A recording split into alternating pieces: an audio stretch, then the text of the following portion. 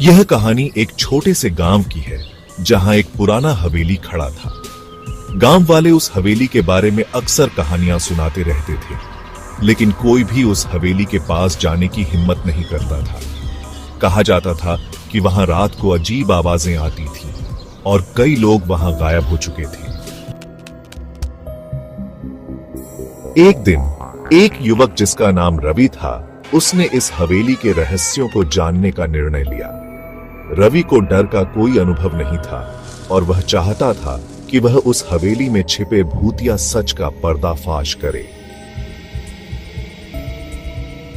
एक रात जब चांद की रोशनी हवेली पर गिर रही थी, वह अकेला हवेली में घुस गया। हवेली के अंदर सब कुछ पुराना और धूल से भरा हुआ था। जैसे जैसे रवि अंदर बढ़ा, उसे अजीब सी ठंडी हवाएं महसूस होने लगी। अचानक उसे किसी के चिल्लाने की आवाज सुनाई। वह चौकस हो गया और आवाज की दिशा में बढ़ने लगा। कमरे के कोने में एक धुंधली सी आकृति खड़ी थी। यह आकृति धीरे धीरे सामने आने लगी और रवि के रोंगटे खड़े हो गए। आकृति में एक महिला थी जिसका चेहरा सड़ा हुआ था और उसकी आंखें बाहर की ओर निकल आई थी। महिला की हंसी गहरी और डरावनी थी। रवि ने कड़ी मेहनत से अपने डर को नियंत्रित करने की कोशिश की और पूछा, तुम कौन हो? महिला ने धीमे धीमे कहा, मैं वही हूं जो तुम्हें छोड़ने नहीं दूंगी। रवि ने देखा कि महिला की शक्ल अब बदलने लगी थी और वह एक खौफनाक रूप में बदलने लगी थी। रवि ने भागने की कोशिश की, लेकिन हवेली के दरवाजे अचानक बंद हो गए। रवि का दिल जोर जोर से धड़कने लगा और वह यह महसूस कर रहा था कि अब वह किसी जाल में फंस चुका था।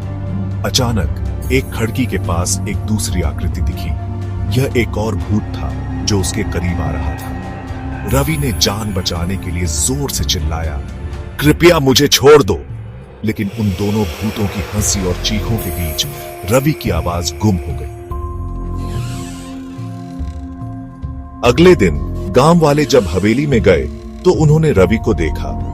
वह जंगली हालत में पड़ा था और उसके मुंह से बस यह शब्द निकले, मैंने उस हवेली से कुछ नहीं पाया, लेकिन अब वह मुझे छोड़ने नहीं जाएंगी। उस दिन के बाद से रवि कभी न दिखाई दिया और हवेली की कहानी आज भी गांव में सुनाई जाती है। लोग कहते हैं कि हवेली में भूतों का वास है और वह कभी किसी को जिंदा बाहर नहीं निकलने देते।